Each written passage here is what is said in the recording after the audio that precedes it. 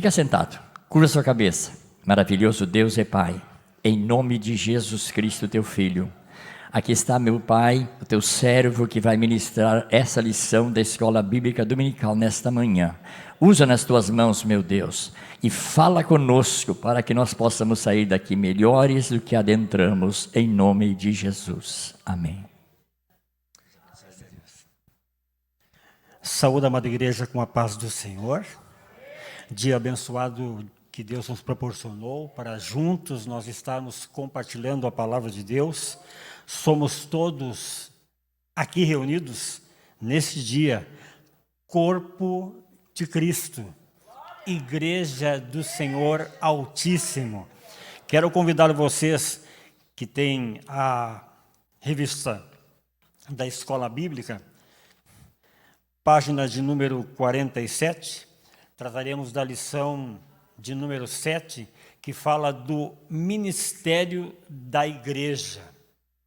Propriamente dito, o tema desta manhã, ele nos traz a reflexão de como temos nos comportado como igreja. Efésios capítulo 4, versículo de número 11, lido agora pelo Alberi, diz: e Ele mesmo, o próprio Jesus Cristo, deu uns para apóstolos, outros para profetas, outros para evangelistas e outros para pastores e doutores. Se perguntarmos à igreja, nota-se que há uma diferença dentro do ministério da igreja. Todos nós somos corpo de Cristo. A Bíblia diz que todos nós somos corpo, membros do mesmo corpo, aonde quem controla, quem determina, quem avaliza, quem envia é Cristo. O trabalho da obra é Cristo que avalia, é Cristo que determina. Lendo em Efésios capítulo 4, nós vemos que há determinações para membros da igreja. Não são pessoas especiais, mas são pessoas que são sacadas do meio da igreja, tiradas do meio da igreja para exercer um trabalho na obra de Deus. Somos membros, aprendemos da palavra de Deus, nos alimentamos da palavra, somos instruídos por essa palavra. Dentro da introdução desta apostila, o texto diz assim: nesta lição, veremos o ministério em suas diferentes funções e ofícios, bem como as qualificações que biblicamente são exigidas para esse exercício. Primeiramente, mostraremos que, de modo bíblico, todo cristão, sem exceção, todo cristão exerce um ministério sacerdotal que o habilita a ministrar diante de Deus. Há uma característica aqui que salta aos nossos olhos. Todo o cristão, quem são os cristãos?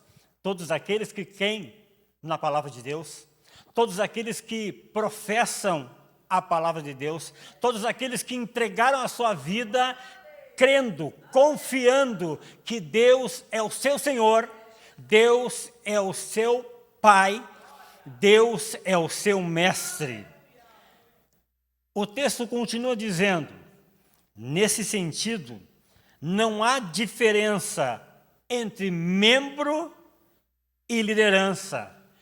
Para Deus, todos nós, independente de grau de escolaridade, independente de tempo de estar na obra de Deus, tempo de igreja, tempos de ministério, independente disso, todos nós, perante Deus, somos iguais. Abra sua Bíblia em Atos dos Apóstolos, capítulo de número 26, versículo de número 16.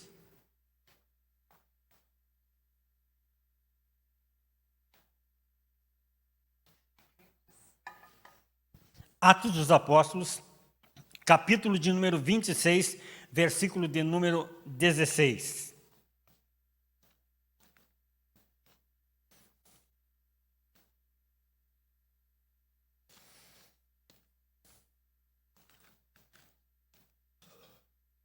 Atos dos Apóstolos, capítulo 26, versículo de número 16.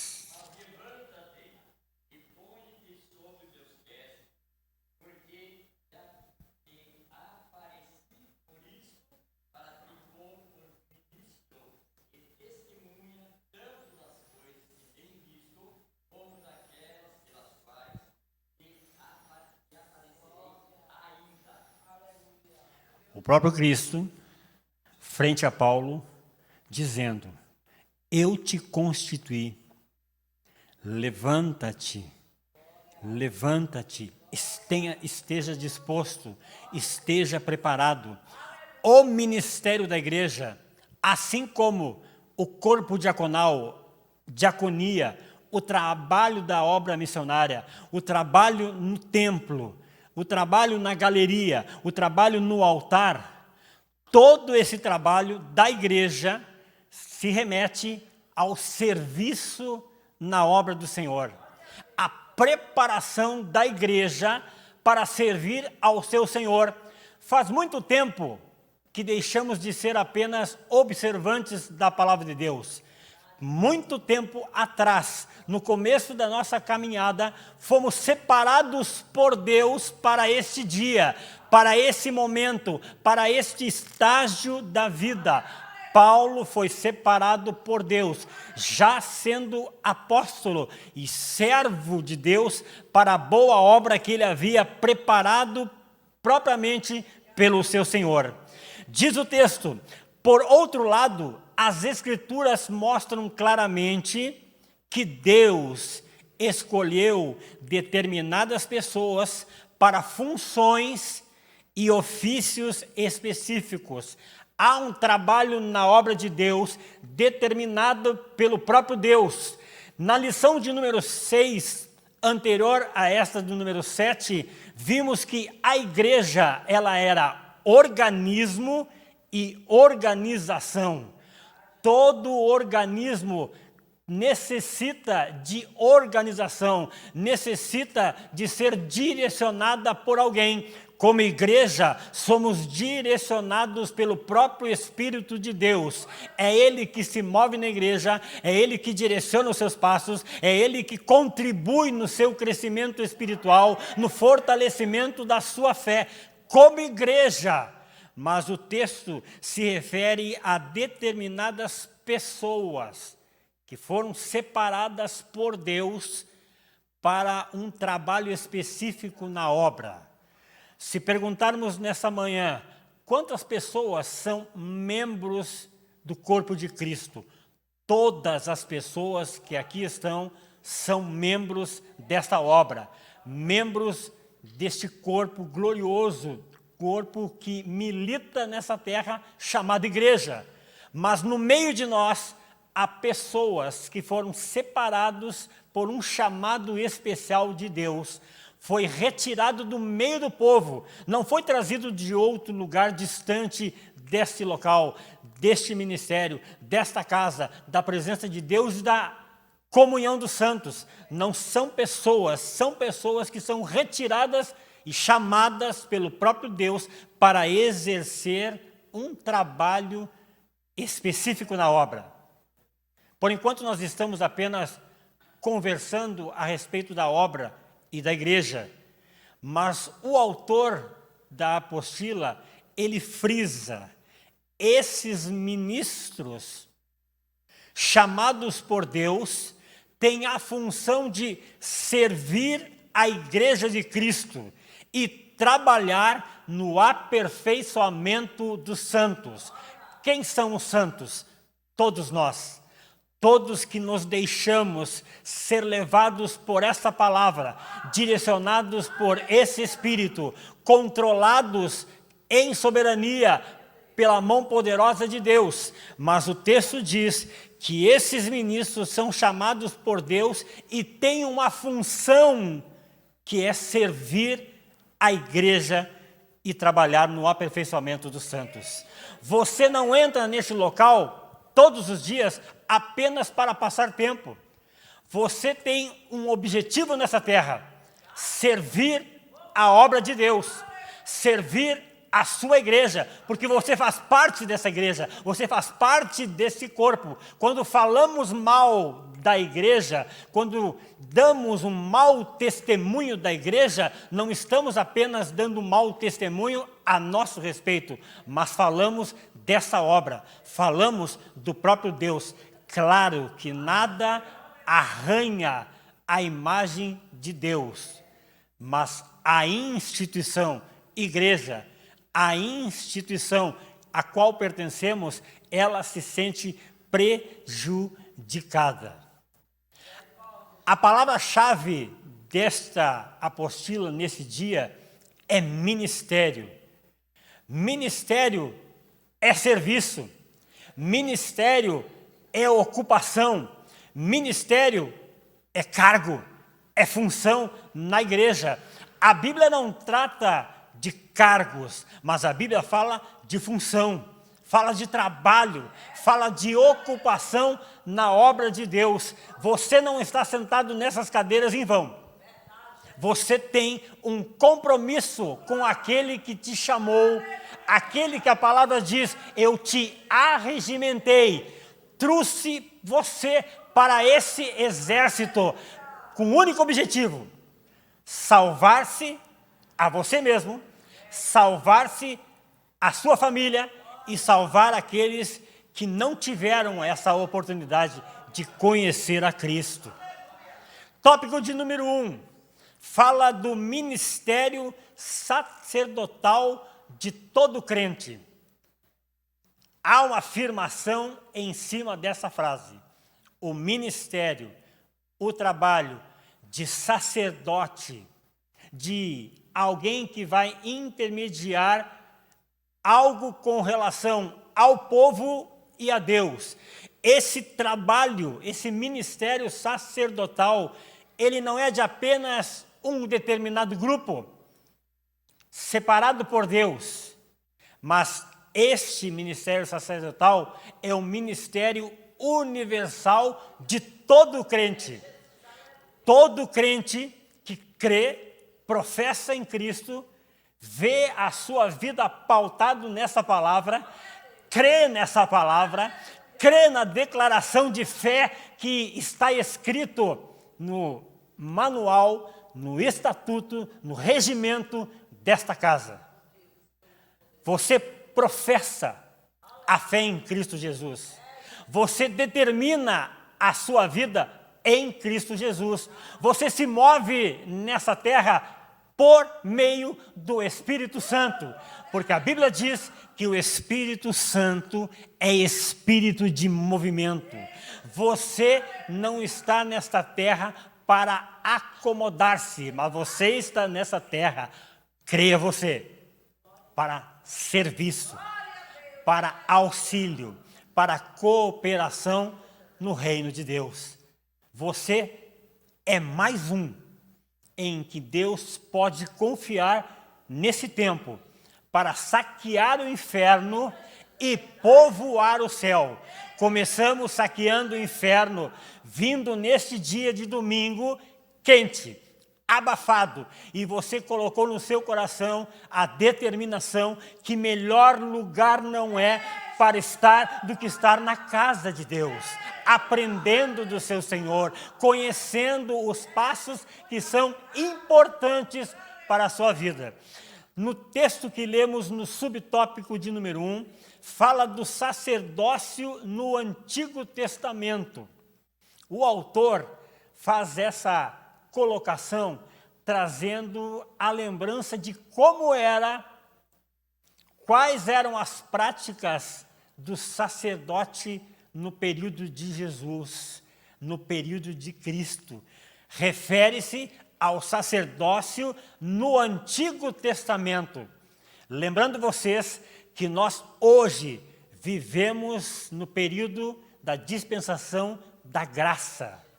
Graça que não foi de graça, foi nos entregue por um alto preço, cantados nos louvores aqui. Alto preço, preço de vida, preço de sangue, entregue por você. Mesmo quando você imagine que não conheceu a Cristo, que não sentou-se à mesa com Ele, que não partiu o pão com Ele, que não bebeu o vinho, que não estava na última ceia, a Bíblia diz que antes da fundação do mundo, Deus já te conhecia. A prática do sacerdócio, ela é bem antiga aos hebreus, ao povo hebreu. Ela saiu da esfera familiar para se tornar uma complexa prática cerimonialista.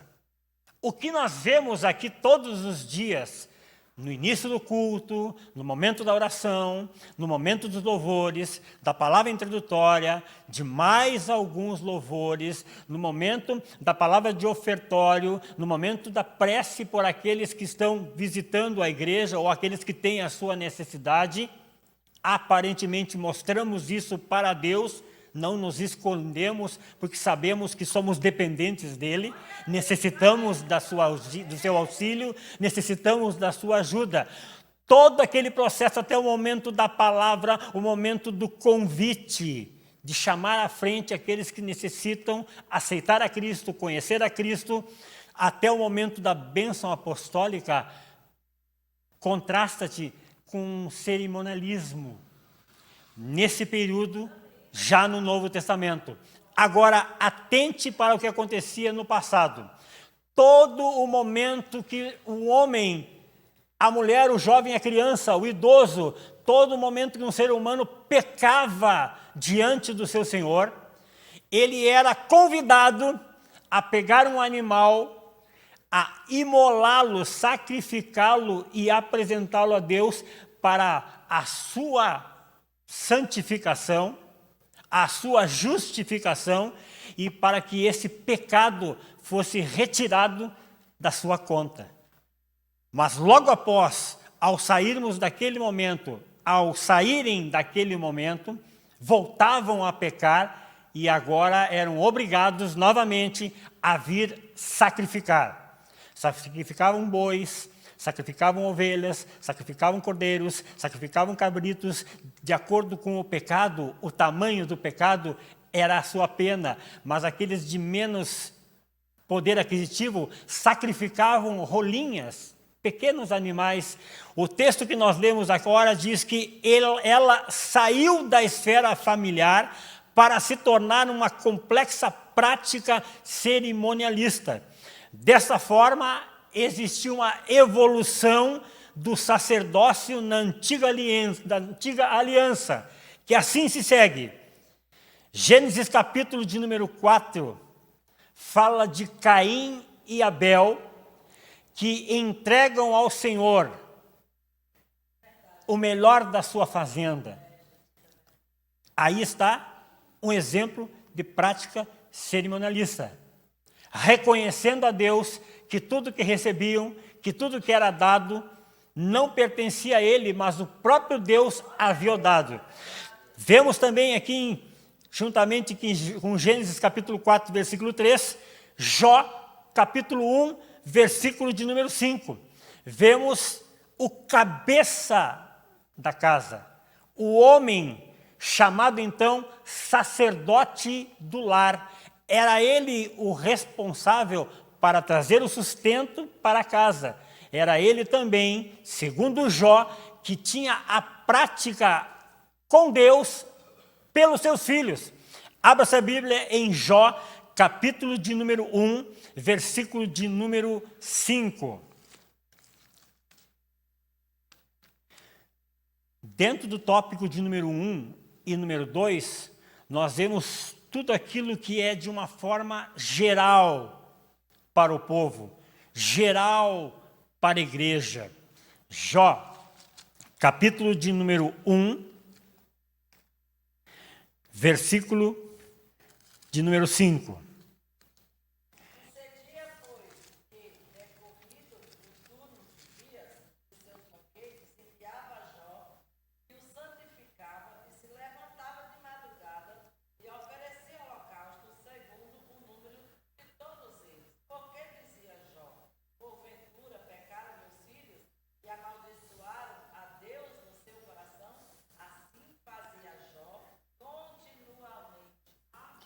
O pai preocupava-se, o sacerdote da casa preocupava-se, na leitura bíblica, preocupava-se se possivelmente eles poderiam ter pecado contra o Senhor.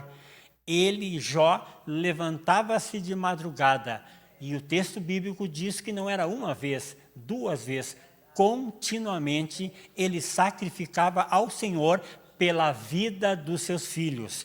Por isso, deixa de ser agora apenas uma prática cerimonialista e torna-se, dentro da esfera familiar, a realização de um pai, de um sacerdote preocupado com o convívio da sua casa. No 2, assim na era dos patriarcas aconteceu da mesma forma. Moisés, Abraão, Isaque, Jacó. Encontramos o chefe de família exercendo essa função. Qual função? Função sacerdotal. Função de alguém que importa-se com os seus e agora ele chega diante de Deus para intermediar essa conversa. Abra em Gênesis capítulo de número 12, versículo de número 8. Gênesis capítulo de número 12, versículo de número 8. Gênesis 12, 8. E moveu-se dali para a montanha, a banda do oriente de Betel, e armou a sua tenda, tendo Betel ao ocidente e Ai ao oriente, e edificou ali um altar ao Senhor e invocou o nome do Senhor. Abraão monta um altar para Deus, e neste local ele sacrifica a Deus, busca em Deus toda a propriedade de que ele é Salvador, Redentor, Provedor, Protetor, Pai. Dentro desse mesmo contexto do ministério sacerdotal, que se coloca-se para todo o crente, todo que professa, todo que crê em Cristo Jesus, todo que dentro de um contexto de reino envolve-se na obra de Deus, agora vemos uma nação, Israel, posta como sacerdote para os outros povos. Israel é a nação de Deus. No último capítulo já de Apocalipse, Deus ainda aguarda por essa nação, ainda aguarda pela volta dos seus escolhidos, ainda aguarda pela volta dos seus eleitos. Israel era a nação de sacerdotes. Toda a nação era voltada para falar dos planos de Deus, falar dos projetos de Deus, e isto era para ser propagado em toda a humanidade. Deus agora, no Monte Sinai, limita esse ofício sacerdotal somente em uma família, prática sacerdotal, a família de Arão e a tribo de Levi. Os levitas responsáveis pela adoração, os levitas responsáveis pelo cuidado do templo, dos instrumentos, da organização do local de adoração, e a família sacerdotal de Arão e os seus filhos e todos os descendentes deles sendo sacerdotes de adoração a Deus. Abra sua Bíblia em Êxodo, capítulo de número 28, versículo de número 1. Êxodo 28,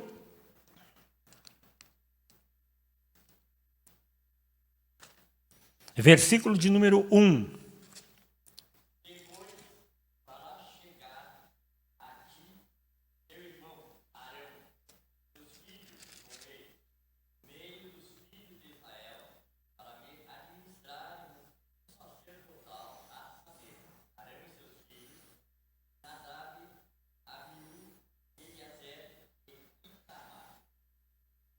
uma família sacerdotal, adorando ao Senhor, tecendo louvores ao Senhor, sacrificando ao Senhor. Não havia mais toda uma nação de sacerdotes. O povo de Israel, o povo hebreu, desde que saiu do Egito, murmurou, reclamou, blasfemou, indicou com o próprio Deus, mesmo ele dando alimentação, dando a proteção, dando a direção, o povo esteve sempre inconstante na sua fé. E Deus então retira e delimita esse trabalho sacerdotal a uma única família e a um único grupo, os levitas. No subtópico de número 2, vemos essa doutrina bíblica agora confirmada no Novo Testamento.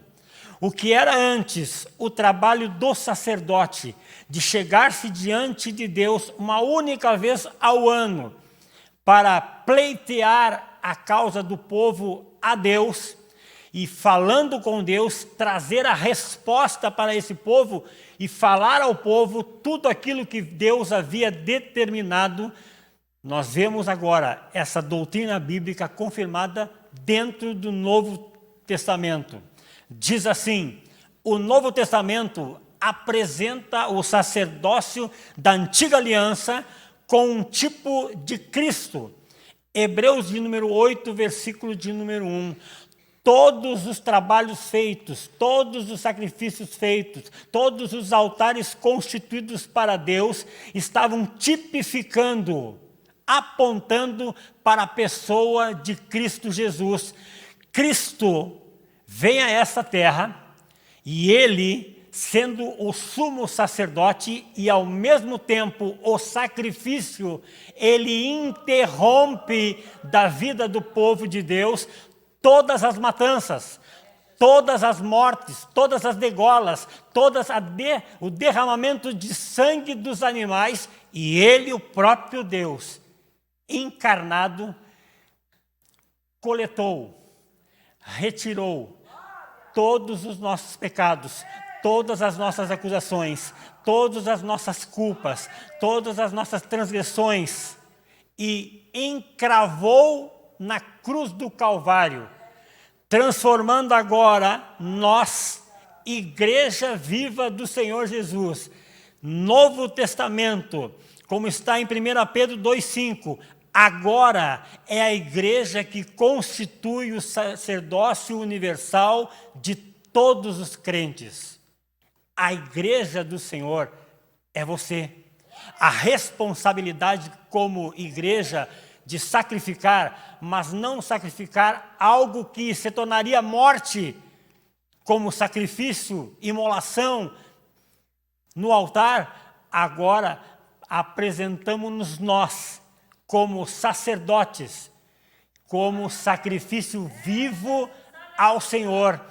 Abra sua Bíblia em Romanos, capítulo de número 12, versículo de número 1 e 2. Romanos, capítulo de número 12, versículo de número 1 e 2.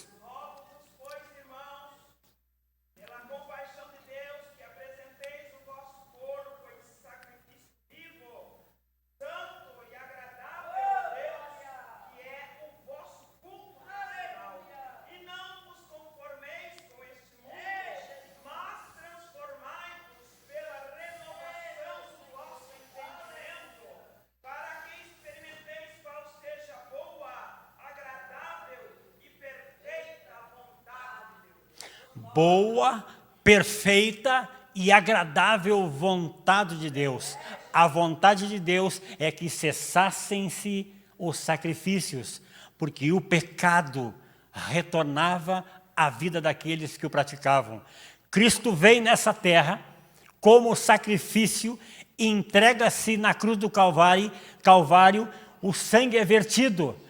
E hoje vivemos todos nós em liberdade e liberdade de vida. Vida em Cristo Jesus. A nós, compete como igreja, como sacerdotes, não mais realizarmos o sacrifício de morte, de sangue, mas o nosso sacrifício está estampado na nova aliança. Como sacerdotes, oferecemos o próprio corpo em sacrifício vivo. Você está vivo para louvar ao Senhor. Você está vivo para bendizer ao Senhor. Você está vivo como sacerdote. Você está vivo como sacrifício vivo, agradável ao Senhor, para fazer a sua prática sacerdotal. Abra sua Bíblia em Hebreus capítulo 13, versículo de número 15. Hebreus capítulo 13, versículo de número 15.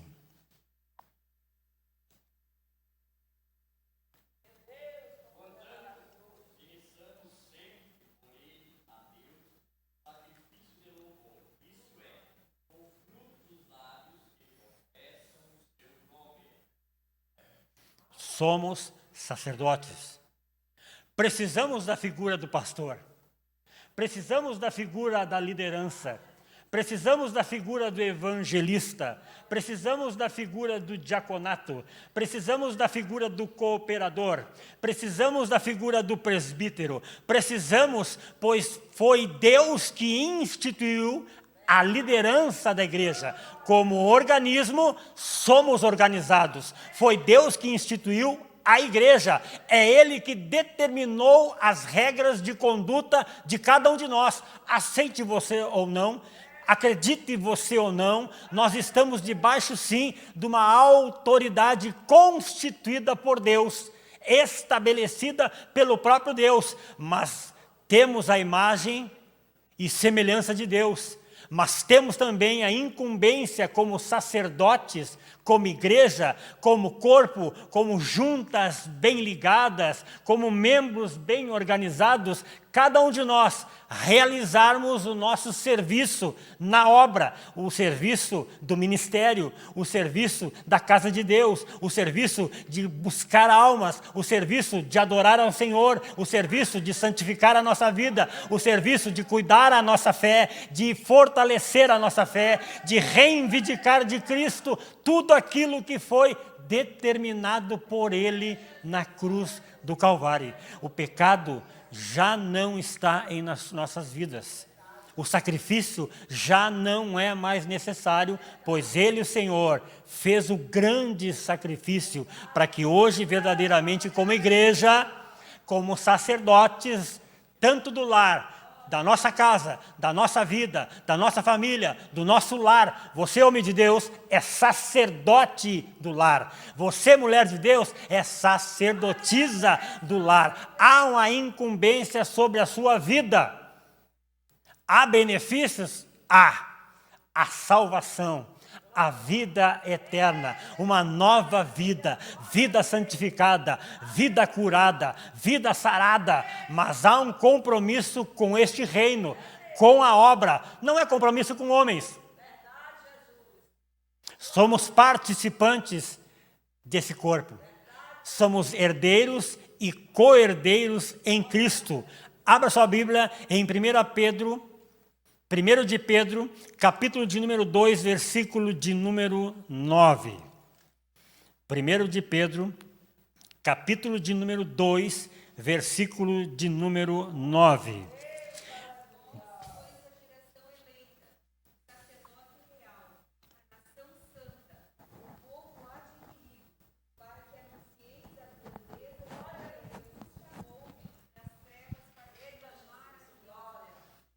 Aleluia! Você é geração eleita, povo adquirido pelo seu Senhor. Você é ovelha deste rebanho e você tem um pastor. Você é sacerdócio real. Você é nação santa. Você é povo adquirido. Para que viva dissolutamente? Não. Para que você anuncie fale, compartilhe, divulgue o quê? As virtudes daquele que vos chamou das trevas para a sua maravilhosa luz. Você é participante de todo esse trabalho do reino. Você não apenas assiste, você participa, você é ativo, você é atuante, você não está enraizado neste local físico. A sua morada não é aqui, mas enquanto você está nessa terra, você tem um compromisso com Deus, compromisso com quem te arregimentou, com quem salvou a sua vida, curou a sua vida, tratou a sua casa, cuidou dos seus familiares, tem te dado disposição para nesta terra efetuar o seu chamado como sacerdote do lar. Subtópico de número 3. Uma doutrina bíblica resgatada na Reforma Protestante. Uma pessoa se destaca entre todas elas: Martinho Lutero. Quando ele encravou nas portas dos tabernáculos das igrejas as 95 teses falando a respeito deste evangelho, ele retirou de circulação heresias, enganos com a igreja, como o próprio texto que lemos de Efésios, capítulo de número 4, nós vemos no versículo de número 14, para que não sejamos mais meninos inconstantes. Tem homens que têm atitudes de meninos, mas tem meninos, tem jovens que têm uma consciência de homem. São maduros não somente fisicamente, mas são maduros espiritualmente. Por que será? Será porque eles não participam da escola bíblica? Ao contrário, eles estão na casa de Deus, eles aprendem das suas escrituras, eles conhecem as suas verdades, eles sabem o Deus que eles servem, eles sabem quem Deus é na sua vida. Martinho Lutero, ele quebra um protocolo de heresias. Diz assim o texto do autor: no catolicismo romano, o sacerdócio ele é limitado à figura dos padres. Não há função sacerdotal para os membros da igreja. Neste caso, o Papa é considerado o vigário de Cristo na terra. Por isso cabe destacar aqui que o resgate da doutrina bíblica do sacerdócio universal dos crentes, tal qual se encontra no Novo Testamento, foi uma obra desta reforma luterana no século XVI. O pensamento deste reformador alemão é o seguinte: qualquer, indistintamente, independente de classe, independente de cor, independente de autoridade e hierarquia eclesiástica, qualquer cristão verdadeiro participa dos benefícios de Cristo e da igreja. A igreja é constituída essencialmente por pessoas. O ministério, pessoas são retiradas do meio da igreja. Não são retiradas de alguém que não tem compromisso com a obra, porque não daria certo. Não tem compromisso com a obra, tem descaso pela obra, rejeita essa palavra, rejeita essas verdades, não crê na soberania de Deus, mas Essas pessoas que o texto frisa, ministros, que são aqueles que estão no ministério, que fazem parte do ministério. Nem todos que estão no ministério são ministros. Evangelistas são ministros. Pastores são ministros. Presbítero, não. Diaconato, diácono, não. Auxiliar, cooperador, não. Mas todos eles têm em sua vida o dom espiritual, o dom de serviço. Assim como diz o autor, o pastor, ele cuida do rebanho. O professor, o mestre, ensina a lição, ensina o bom andamento, ensina o convívio da igreja, o bom comportamento entre os irmãos, os domésticos da fé. Mas o pastor tem o chamado para o cuidado, mas também tem o dom de ensino. Todos nós que aqui estamos, mesmo que não sejamos ministros, temos sim a possibilidade e a certeza de ter o dom de serviço em sua vida. Quem de vocês já não estendeu a mão por aquele que ninguém havia até então estendido? Quem de vocês, dispensando naquele momento alguém da hierarquia, você sai do seu local e vai até uma pessoa sem sequer pensar no que vai dizer? Mas naquele momento, a sua boca abre-se e a palavra que sai da sua boca é palavras de vida eterna, é palavras de consolo, é palavras de alívio, é palavras de entendimento. Somente Deus realiza esta obra verdadeira no cristão verdadeiro. Olha o que diz mais o autor. A reforma pregou um retorno radical às Escrituras. Como bem definiu o seu slogan, no sola Escritura, somente as Escrituras, somente as verdades bíblicas. Não há lugar para achismos, não há lugar para pensamentos humanos, não há lugar para ideias ideológicas. É a palavra de Deus que dita a regra de vida e de fé da sua igreja. É Deus que determina o trabalho, é Deus que determina esse dom à igreja. O ministério da igreja está constituído. Há a membresia, há o ministério pastoral, há o ministério de serviço, há o corpo diaconal, há o ministério de louvor, constituído por Deus. Está nas Escrituras, está na palavra de Deus. Tópico de número 2, a estrutura ministerial do Novo Testamento. Se é igreja, é organismo vivo.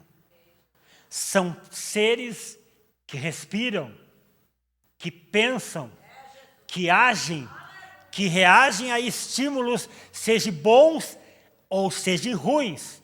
Mas a igreja é organismo vivo. Ela não é a estrutura física é o templo, é o santuário, é a casa do pão, a casa da palavra de Deus, a casa do Deus Altíssimo. Mas a igreja somos nós. A igreja é o ministério. Mesmo com as diferenciações, conforme o texto diz, a partir do versículo de número 11. E ele, Jesus, ele mesmo, concedeu uns para apóstolos. Esse termo uns já está especificando que nem todos da igreja são apóstolos. Nem todos da igreja são profetas. Nem todos da igreja são pastores. Nem todos da igreja são mestres. Mas basta você conhecer o seu ministério, entender o seu ministério. Haja a confirmação de Deus à igreja. Nenhum de nós que aqui está se auto-intitulou presbítero. Se auto-intitulou missionário. Vou porque vou. Vou porque acho que Deus falou comigo. Achar necessita da confirmação de Deus, necessita da palavra de Deus. Deus fala em visões, Deus fala em sonho, Deus ainda, mesmo não existindo mais profetas, o dom de profecia, ele existe e Deus dá a quem Ele quer. Não somos nós que determinamos a Deus como Ele deve trabalhar na sua obra, no seu reino, no seu rebanho, no seu povo. Nem mesmo na figura do pastor, oramos a Deus, buscamos a Deus, buscamos o conselho de Deus, buscamos a voz de Deus, ouvir a voz de Deus e mediante a ordem de Deus, realizamos as nossas tarefas. A igreja, como sacerdócio universal, todo crente é assim, ela busca em oração. Ela sacrifica a sua vida, o seu corpo, a sua alma, o seu espírito, como a Bíblia diz, com todas as minhas forças, com toda a minha alma, com todo o meu entendimento. Usamos plenas faculdades mentais para que Deus haja em nossa vida e não haja um descrédito da palavra de Deus. Amém?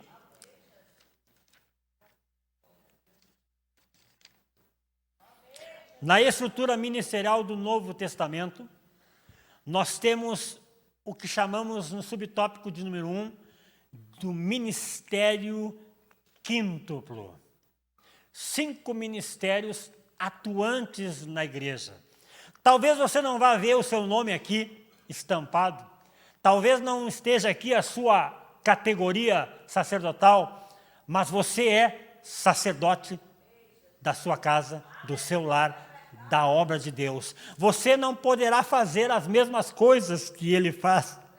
Você não poderá fazer a mesma coisa que o evangelista faz, mas você pode proclamar o evangelho. Você pode entregar a sua vida a Cristo sem ressalvas, sem medos, sem desconfiança, porque Ele é Senhor. Você pode tecer louvores ao Senhor. Você pode falar das virtudes de Deus para quem não conhece essas virtudes, de mostrar você mesmo como testemunho que você é. Você é testemunho vivo do que Deus fez na sua vida, quem você era. E você, como sacerdote, você exerce também esse ministério. Você cuida de ganhar almas para o reino. O ministério quíntuplo, o texto de Efésios, capítulo de número 4, versículo de número 11, diz que Deus, o Senhor, não é homens, é Deus. Não é um concílio, uma reunião de homens, não. É Deus que pôs na igreja apóstolos, profetas, evangelistas, pastores e mestres. É uma relação que é descrita comumente como ministério quíntuplo da igreja. É Deus que sabe o porquê de existir mais de um pastor nessa igreja. É Deus que sabe por que existe a quantidade de evangelistas deste local. Nós estamos prontos como filhos de Deus, como cristãos, nós estamos prontos para Deus dentro da questão fruto do Espírito. É necessário que nós estejamos prontos assim. Amor, longanimidade, benignidade, mansidão, temperança, domínio próprio. É necessário que estejamos assim, prontos como o fruto do Espírito, pois só depois que estivermos prontos é que Deus delegará a cada um de nós o seu ministério. É Deus que sabe quando não está aqui na sede de você, mas você está lá na congregação, e lá naquela congregação só existe um evangelista. Se você está posto lá, não foi pelo seu querer, foi Deus que designou você para estar lá. É você que fala do amor de Deus, é você que ganha almas para o reino, é você que arregimenta todas essas pessoas que sem eira e nem beira e nem motivos para viver, e você vai lá e saca-os do lugar aonde eles estão e colocam frente a frente a Cristo. É esse o seu ministério como sacerdote, é esse o seu ministério sacerdotal. Você é o intermediador entre Deus, que você conhece bem, e as vidas que ainda não conhecem. Diz assim o autor, letra A, apóstolo, é alguém enviado em uma missão. O ministério da igreja, o ministro da igreja, ele tem a sua missão. Ele ocupa na obra a sua função e o seu ofício, o seu trabalho, que ele conhece muito bem na obra, pois Deus é que, quando sacou ele da servidão do diabo e trouxe para a salvação, agora da salvação ele traz para a santificação, e quando ele traz para a santificação, entra o ministério em ação, os dons espirituais na vida dele, os dons ministeriais na vida dele, os dons de serviço na vida dele. Dons que são dados para a igreja é dádiva de Deus. Nós conhecemos desde o beabá da escola bíblica que dons são dádivas de Deus, presentes de Deus dado à igreja, indistintamente, mas ele elegeu, separou um grupo em especial. Não são melhores, não são melhores do que nós, não são maiores do que nós, mas Deus os escolheu por um único objetivo: fazer desta obra uma obra avante, radiante, militante e triunfante. A igreja de Cristo não para. A igreja de Cristo não estagna, a igreja de Cristo não recua. Ela pode estacionar por um momento, ver a situação que está à sua volta, mas logo a seguir, ela avança em cima do inimigo. O apóstolo, alguém enviado em uma missão. Alguns requisitos que podem ser destacados para alguém ser um apóstolo.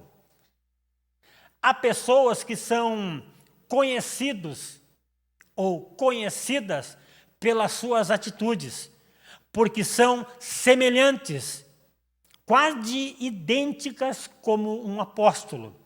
Não são apóstolos, mas têm atitudes de apóstolos, têm dons de apóstolo, têm dons de serviço, mas os apóstolos, no último apóstolo, depois de Paulo, depois de Pedro, depois de João, não existe mais.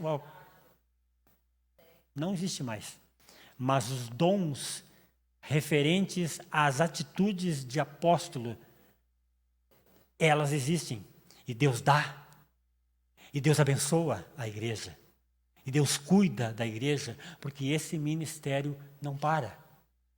Alguns desses requisitos: ter estado com o Senhor Jesus, ter sido uma testemunha da ressurreição de Jesus, ter visto o Senhor, ter operado sinais e maravilhas.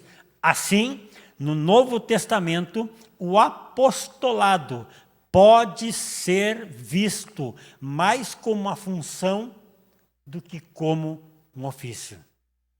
Você pode estar hoje realizando na obra de Deus, no reino de Deus, um trabalho semelhante ao apóstolo, Talvez você não seja este apóstolo, mas o dom que está sobre você, o ministério que está sobre você, representa o apostolado de Deus aqui na terra. Também temos dentro desse quíntuplo ministério o de profeta. Os profetas já não existem mais. Há uma grande diferença entre o ministério de profeta e o dom da profecia. Todos aqueles profetas que já passaram, todos, Daniel, Ezequiel, Jeremias, todos já não existem mais. Mas o dom de profetizar, da profecia, Deus dá ainda para a igreja. Muitas pessoas são usadas com esse dom. Dentro da igreja existe o dom de profecia e existe o dom da revelação, da contestação dessa profecia. Deus tem trabalhado na obra de uma forma atuante. O profeta era alguém inspirado e autorizado a quê? Para falar em nome de Deus. Muito cuidado quando alguém disser para você, assim diz o Senhor. O termo profetadas não é um termo muito distante do universo da igreja. E muitas pessoas se auto-intitulam missionários, apóstolos, profetas. Mas o chamado, quem confirma, quem dá é Deus. Logo depois que ele retira este do meio do convívio da igreja e não somente o aparta, mas ele dá todas as condições. É ele que dá toda a capacidade para o homem ser um diferencial no reino de Deus. É o trabalho do ministério, é o trabalho do ministro, é o trabalho da igreja. No Novo Testamento, o profeta, ele exortava e consolava, trazia revelação do futuro.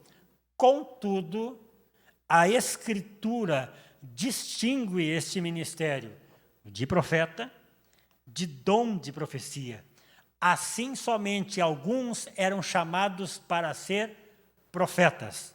Alguns, não todos, alguns pastores, alguns evangelistas, alguns mestres. O evangelista é alguém cujo ministério é centrado na salvação de almas. Fala do amor de Cristo, respira o amor de Cristo, respira a obra de Deus, respira por almas, busca sedentamente por almas, busca aqueles que estão balados, busca aqueles que estão nos presídios, busca aqueles que estão nos albergues, busca aqueles que estão rejeitados pela sociedade, desprezados pela sua família. Este é verdadeiramente o evangelista. Evangelho, boas novas, e o que ele tem para falar são boas novas do reino de Deus. Pastores e mestres. O pastor possui a função de apacentar, mas mesmo no apacentar, ele orienta, ele conduz, ele direciona, ele acalma. Ele fala do amor de Deus, ele usa toda a metodologia, todo o trabalhar de Deus na sua vida para ele ser um instrumento de diferença na vida desse que ali está. Os serviços de diáconos e presbíteros. O Novo Testamento mostra como o diaconato foi instituído. Nós vemos em Atos dos Apóstolos, capítulo de número 6. Vamos nos encaminhando para o final. Atos dos Apóstolos, capítulo de número 6. Versículo de número 1 ao 7. Atos dos Apóstolos, capítulo de número 6, versículo 1 ao 7. E disse o sumo sacerdote: porventura é isto assim?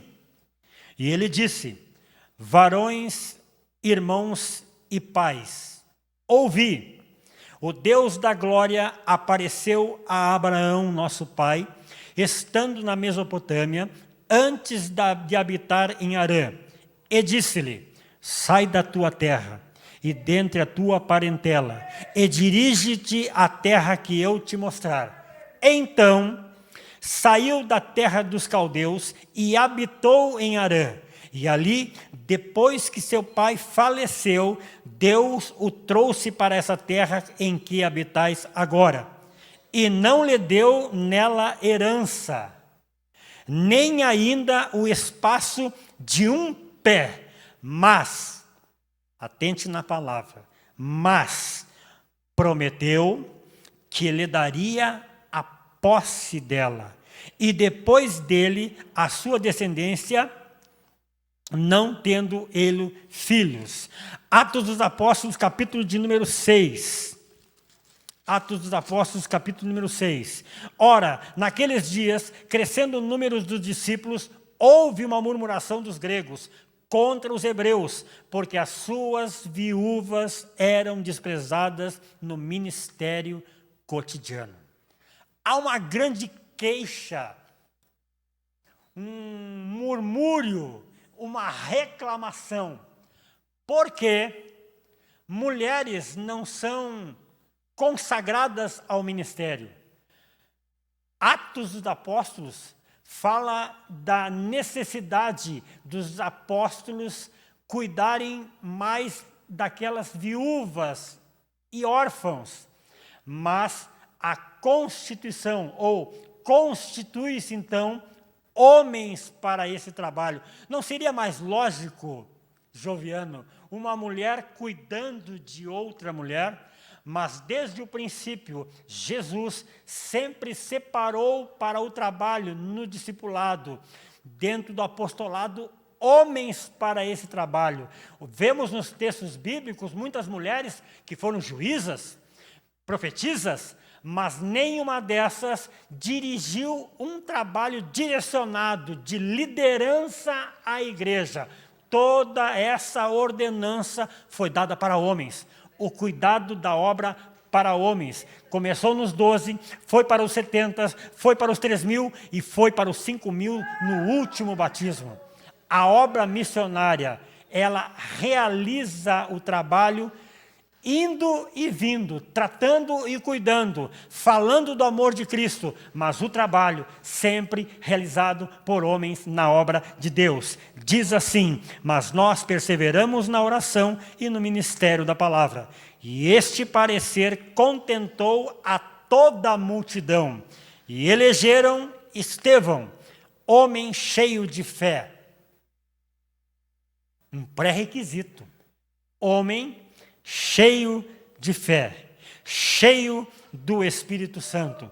E Filipe, e Prócoro, e Nicanor, e Timão, e Pármenas, e Nicolau, prosélito de Antioquia. E os apresentaram ante os apóstolos, e estes, orando, lhes impuseram as mãos.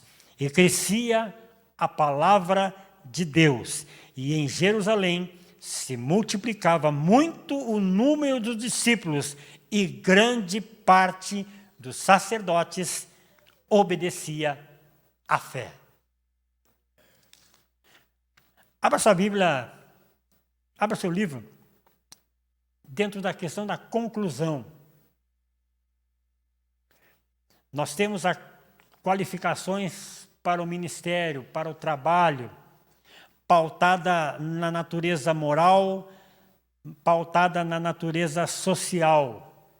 Os cuidados para a escolha daqueles que iriam dirigir a obra de Deus, o cuidado de Deus, o cuidado de Cristo, organizando a sua igreja como ela deveria ser, não uma igreja constituída ou racionalizada por homens, com suas ideias, com seus ideais, com as suas metas, mas Deus pautou a sua igreja para trabalhos na obra missionária, no evangelismo, na doutrina, no discipulado, no cuidado das viúvas, no cuidado dos órfãos. A igreja em si, ela tem a missão integral. Não apenas falamos da palavra de Deus, não apenas apresentamos a Cristo Jesus, não apenas falamos do Evangelho e das boas aventuranças, mas em prática, a igreja ela é ativa na prática do cuidado de todas as pessoas, seja com o alimento, seja com o agasalho, seja com a conversa, seja com a instrução, seja com acolhimento, seja com amor. De todos esses ministérios, de todos os dons ministeriais, Paulo sempre pautou que não faltasse aqueles que exercem esse ministério, que não faltasse o amor. A conclusão diz assim, nessa lição, vimos o ministério sob diferentes aspectos. Vimos que a doutrina do sacerdócio universal dos crentes é inteiramente bíblica. Todo crente tem o privilégio de apresentar a si mesmo e a outros diante de Deus, sem a necessidade de mediadores, sem a necessidade de mediadores terrenos. Vimos também que Deus pôs na igreja alguns para o exercício de determinadas funções específicas, ofícios específicos, e esses ministérios devem ser vistos como dons da igreja, como dádiva de Deus ao povo de Deus. A paz do Senhor. Pastora Zimir.